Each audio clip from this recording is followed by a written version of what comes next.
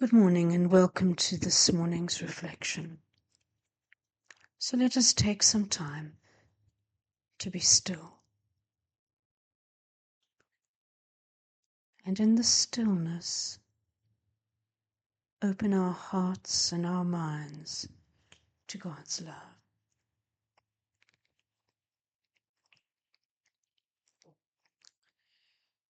And let His love fill every part of your body.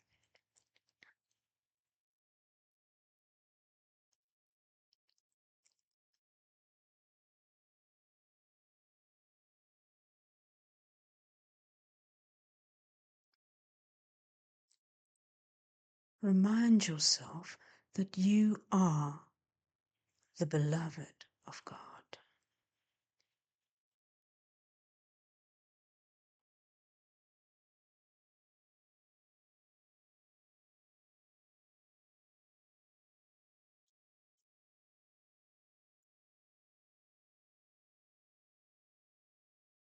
The God who loves us is a generous God.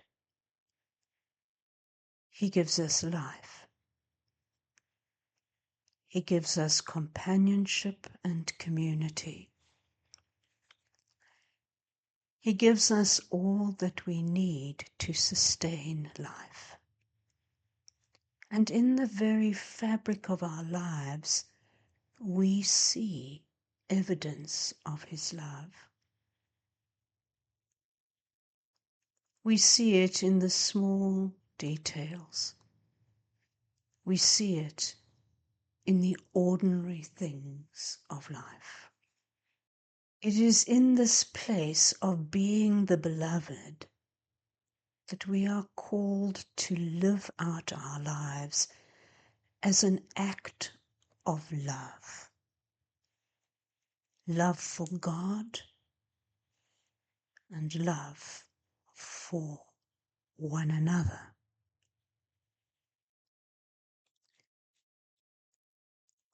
We are called to put our lives on the line as we respond to God's call that we live out our lives in a loving way. As His servants, we are to be unafraid, but we are to speak boldly and with great certainty about His love for all of humanity. If we can speak about God's love with certainty and without fear, then this will lead us to share the news of God's love in public places, to share His love in small gatherings. What is important to understand is that being open to this abundant love will bring radical change in our lives and the lives of those who are open to God's love. Love is always radically transformative. To know that you are loved beyond understanding must begin to heal you at your very core. And so it changes your perception of yourself, it changes your perception of others, and it changes your priorities and your purpose. And it leads you to trust God so much more deeply. We know that the future is uncertain. We know that ahead of us could lie some hard times. Not everyone is open to receiving God's love. And we also know that the simple circumstances of life can be difficult. But we are called to do a work in God's kingdom. And it is that work that is to be our purpose and our focus. It is to this purpose that we give our all. It is this purpose that is the central core of our lives. And we do this so that others may know the degree to which they are loved, deeply loved.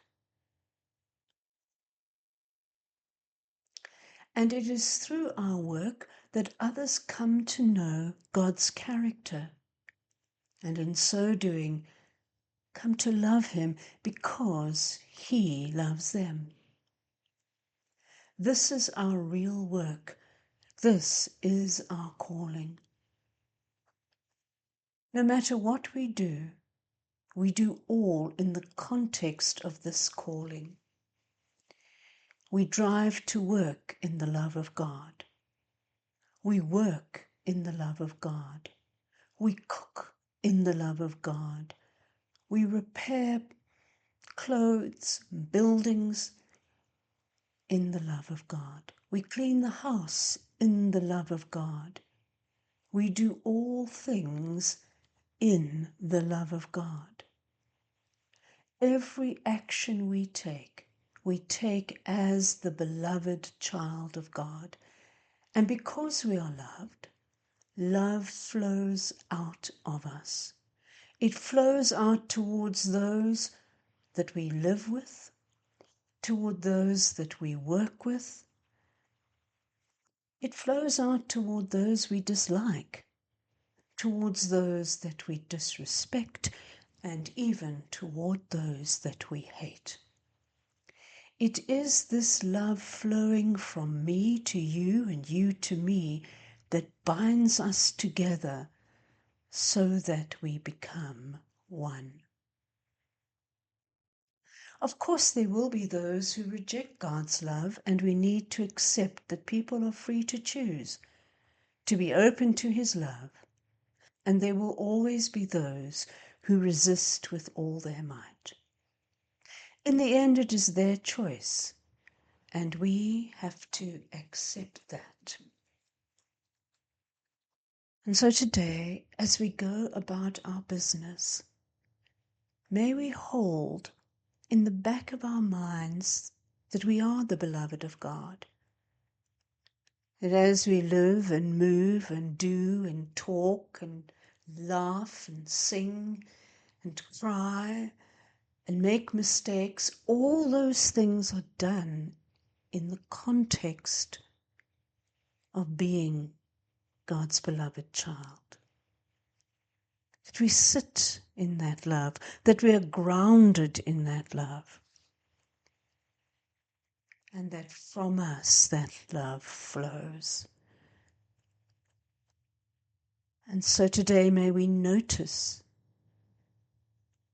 God's presence, God's loving presence within us, and may we notice where His love flows from us and where it flows toward us.